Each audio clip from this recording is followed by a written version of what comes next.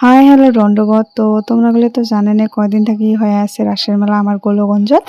তো মই আজি গেলুম প্রায় 10 দিনের মতো হল। তো মই আজি গেলুম এদিকে আছে আমার জুবিনদার ফটো লাগা আর এ দেখো কত মানুষ হচ্ছে মেলা বাড়িত।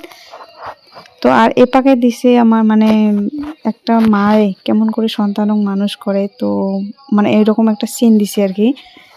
তো এমন করে মানে এগুলো কিন্তু কাগজের বানাইছে, পুরো সিনটা মানে এখানে দেখাইছে। কায় কায় আসেন নাই আসেন, ভাল লাগবে দেখেন।